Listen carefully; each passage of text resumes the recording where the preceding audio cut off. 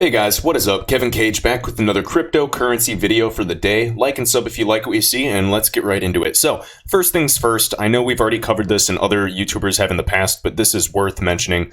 So, out of Coinbase, in terms of institutional investors, they are buying, according to the CEO, Brian Armstrong of Coinbase, saying they are buying $200 to $400 million USD worth of crypto every single week. Now, a lot of you think that cryptocurrency is not here to stay, but I have about 200 to 400 million reasons why I believe that the rich are filling their pockets, preparing to market a product to everybody else and profit off of it even further. All right. But again, that was worth mentioning. Huge news. And this article was created on the 17th, so just 2 days ago. All right, next, Cointelegraph. The 5 biggest cryptocurrency hedge funds reveal that institutional investors are vital to crypto's growth. And I, would tend to agree. And the thing about Bitcoin is, everybody thinks that Bitcoin is going to replace banks, but it just seems a little far-fetched. I mean, in our modern world, I still think that banks are going to survive. And in reality, I think we just need to focus on the problem at hand, which is interoperability. And again, I say this every single video, but we need to hammer this home. We need to create an internet of value. We can send packages via Amazon. We can send data. We can text our friends, video chat each other instantaneously.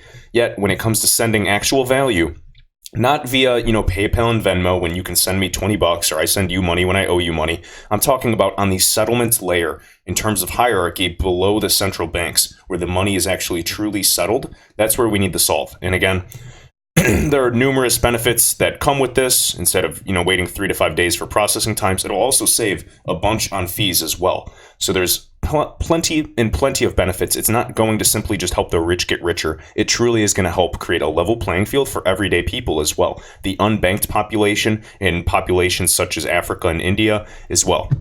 So I just really want to emphasize that this transfer of wealth, this next big stage for humanity and society, in my opinion, when the pendulum swings, is going to change. It's going to be distributed. It's going to become decentralized. Everybody will really just have an opportunity. All right, and then again, so this is the article talking about the hedge funds. I know a lot of you know these top 5, at least you're familiar with the name, whether it's Grayscale Investments, Polychain Capital, Pantera, we have Galaxy Digital with Mike Novogratz, Andreessen Horowitz. But I wanted to kind of go over this quote. This is a while ago, but this is super bullish by Dan Morehead, CEO and founder of Pantera Capital. Pretty wild. I'm not agreeing. I don't have an, opinion with this, but he literally says, it may come as to no surprise to hear that the fund is very bullish on the future of cryptocurrency and blockchain. Well, of course, if they're going to be, putting their capital up. But in this July, literally last month, CEO and founder Dan Morehead predicted that Bitcoin may hit $42,000 by end of year, and that it could climb as high as $356,000 in a couple of years. So my question is, I understand that Dan Morehead is extremely, extremely well connected. He's around big money all the time. What would lead him to do that? Now, is it just a vested interest and he wants to create FOMO and speculation so that retailers like us, kind of go in and help the price increase? Good price performance will also, coerce his institutional investors to throw more into those hedge funds. It really makes you wonder, but again, with Bakkt, one of the biggest validations to date in terms of cryptocurrency, we got MasterCard and Visa developing their own cryptocurrency wallets. Everything is getting very, very bullish. We've been in like a 18 to 20 month bear market. I mean, look at this. So again, Bitcoin may hit $42,000. If you were around during that last bull run in 2017 and 2018, Bitcoin topped out, depending on the exchange, you could argue, about $20,000 per Bitcoin. XRP topped out after the altcoins had their lagged run. On average, if you go to Coin Paprika at about $3.84, this was without any utility, very few partnerships. Nobody was even using XRapid, which uses XRP. And now I'm more bullish than ever. I have no idea why people will say XRP will never see the all-time high again. I think it's going to fly past it in no time when things get moving again. We're just waiting. We're waiting for that first domino to fall. I mean, 42,000 Bitcoin, what, is it so far-fetched to see XRP $5 to $10? Is it? Well, if Bitcoin is at $356,000, what do you think XRP could get? I mean, are we talking, another, let's say, percentage-wise, what is that? XRP could be anywhere from $70 to $100? Or is that just way too outlandish because market cap? Wrong. Market cap is BS in these markets, and you guys know it, and time will tell. I'm not saying everything's going to skyrocket overnight, but gradually I think we're going to see higher highs and higher lows. Or will the spec market lead to this utility bull run? Utility is going to kick in, and then we'll actually see true mass adoption. XRP could be, as bullish as what some of these other guys and analysts have said, which, sounds way too good to be true. I get it. And a lot of people are conservative just so they don't have false expectations. I don't want to talk too much about, a very high 3 to 4 digit XRP. But again, some people have done the math behind it. They have, it's all theoretical. But in this market, nobody has any idea. But what I do know is that XRP is undervalued right now. All right. So who knows what happens when, Bitcoin hits 100K. All I'm saying is XRP is going to be much, much higher, like magnitudes higher than 30 cents.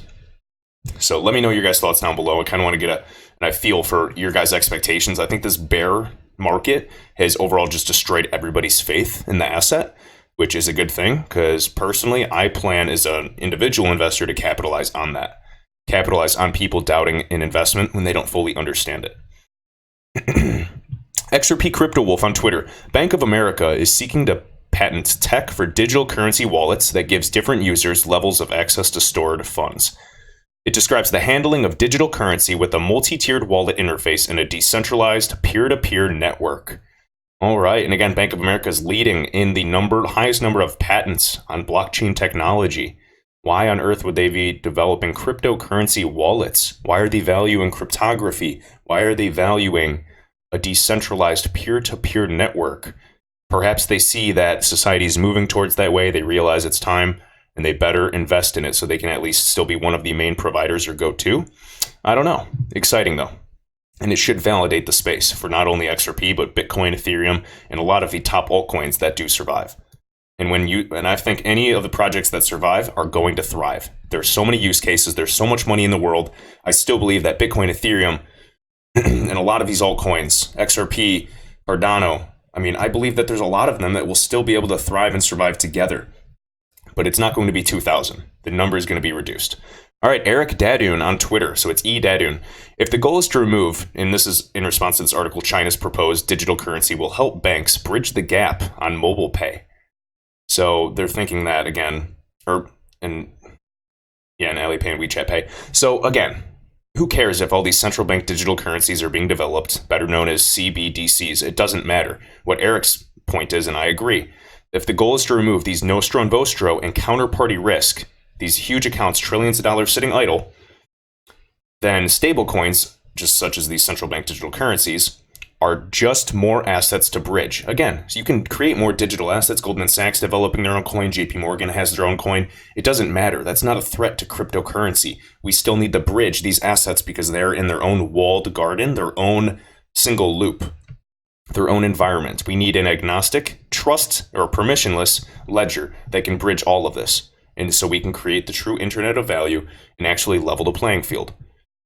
All right, I've been watching probably 10 hours of TED Talks on blockchain as well, just getting a better understanding of different use cases as well, and it's unbelievable. Authentication, automation with smart contracts, it's permissionless. There's so many benefits that I think people are slowly going to start to get, and Bitcoin is such a good thing, even the hype behind it, because it's getting us to take a serious look at the underlying technology, and I still believe that there's going to be tremendous upside in these investments. They are undervalued. Whether an entity holds national fiat or digital assets of another issuer, the same problem must be solved. And remember, XRP is used, and again, it's completely decentralized, open source. Anybody can use it. If Ripple, the company, disappeared, XRP would still exist. It's still being used. Doesn't matter. We have Coil, we have R3 utilizing it. We have SBI, There's a bunch of use cases that exist well outside of Ripple, but remember, Ripple, the private company, is looking to capitalize on this cross-border issue and solve one of the world's greatest problems in terms of this global liquidity crisis we're facing. We are saving fees. We're releasing trillions of dollars of dormant capital that would be better used for other things, to create additional streams of revenue, to potentially, just invest in the better ecosystem and the betterment of, just the global world of finance. And I think there's going to be plenty of other use cases. It's going with R3 and other initiatives. It's going to tap into healthcare, real estate, supply chain management, of course, loans and everything related to fintech. But there's so many use cases. And honestly, we can speculate. But as I always say, this is just like trying to imagine social media networks before the internet was even created. We couldn't. It wasn't even a thought. That's my point. It's going to happen, though, quickly. All right, investment perspectives. Again, guys, Brad Kimes, if you're not following him on YouTube, you're not subscribed, please do. Great guy, stand-up guy in the XRP community, very well-informed and just full of enthusiasm, so highly recommend it. And also follow him on Twitter if you aren't already. Backup Bradley, and it's like BAKKUP. Backup Bradley, kind of like backed. So, Silvergate Bank plans to offer cryptocurrency collateralized loans. And this is also big. Maybe the digital asset investor also covered this. If so, I do apologize, but I just want to hammer this home. This is going to be huge. A few quotes here as well. We believe there may be attractive opportunities to provide digital currency borrowing faculties to deepen our high-quality customer relationships and further enhance our interest income. And as we go right here, cryptocurrency. So in 2018, Silvergate's deposits derived from cryptocurrency customers reportedly increased by $150 million, or just over 11%. That is a lot of interest. That's a lot of money out there. All right. So literally, actually the company stated to offer crypto-related credit product to institutional clients last year. I mean, this will be absolutely huge to allow yourself to put up US dollars or fiat or cryptocurrency for collateral, in exchange for big loans. It's a matter of time. We're facing, an impending financial crisis coming up shortly. We don't know when, whether it's, tomorrow or in 2 years from now. It's getting more likely if you study the past and you realize how often there's a typical recession or just, depression in the United States economy, for example. It's, same thing as this cryptocurrency bear market. The longer it goes, the more likely it's going to happen and the more severe it will be. All right, we're going to finish off with this. The one and only XRP_Anderson, just talking about the security, the silly claim that everybody argues that XRP is an unregistered security. It's a joke. I think that this argument or debate will go on forever until XRP is worth way more than it is now and people will finally shut up. Because again, XRP is a utility token. The SEC has already had clarity in their documents. You can read it, and literally it fits the definition of XRP to a T. It is a utility token. So, what is a security really? It's supposed to be a claim of a company such as a stock or a bond. Is XRP a claim of the company? Not at all. As I've said, Ripple can disappear. By purchasing a stock or a bond, you own a part of the business, or you are promised a share of the profits from the business, etc. Why do I see the security talk as idiotic? It clearly doesn't make sense to label XRP as a security. By definition, a security is supposed to be a claim of a business. If Ripple went bankrupt, XRP would still continue to exist. A stock or a bond would cease to exist immediately and get liquidated since they cannot exist by definition. XRP is used by several companies today, not just one, such as Ripple, R3, Coil, and more will come thanks to Xspring, which is a huge initiative, and they're already working in the music industry, the gaming industry, web monetization, various things for artists. I mean, even, why am I blanking on that? Omni, again, that rental service as well. There's so many businesses being built around XRP, and that's why they're using all this XRP to build this ecosystem, create this true foundation so we can grow from there. This is going to be a massive oak tree. This is not just some weed like a lot of the ICOs that exist today. All right. As we go on. So as I said, more will come. A stock or a bond is the claim of a single company. Ever heard of a security used by several companies? Nope. Because it would then, by definition, not be a security. XRP is used by payment providers today as a way to move value, any form of value. Remember, the Interledger Protocol and the XRP Ledger, you can move any form of value. It doesn't just have to simply be, fiat. It can be gold. It can be tokenized real estate. This is the future. It thus has tangible utility. Ever heard of a stock or a bond being used in a business to solve a problem? Of course not. This is not what securities do and why they exist. Tangible utility. Sounds like a utility token to me. This is why this security debate makes no sense to me. It more resembles something like oil. Saudi Arabia has a lot of oil, and oil has utility. It's a commodity. This debate is just pure stupidity, sorry. I don't understand why this is even a debate. And again, okay, oil, it's a commodity. Other things, a stock or a bond, yeah, you could, say certain things are securities. But again, I think they're going to come up with a new classification for XRP in the future. It, just as this term utility token, there might be more specific terminology they'll use to depending on each use case, whether it's a utility token, a security token. I'm curious what's going to happen to the privacy tokens. Just like a lot of people, I'm staying away from them for the time being. I can get behind the idea, but I just don't want to risk it in terms of, monetary gain. But again, and then Eric Cannon right here, good point. So in my opinion, Ripple's current lawsuit, initiated by a group of disgruntled investors, not the SEC, and opportunistic plaintiff attorneys, is essentially a FUD campaign meant to distract the retail investor space.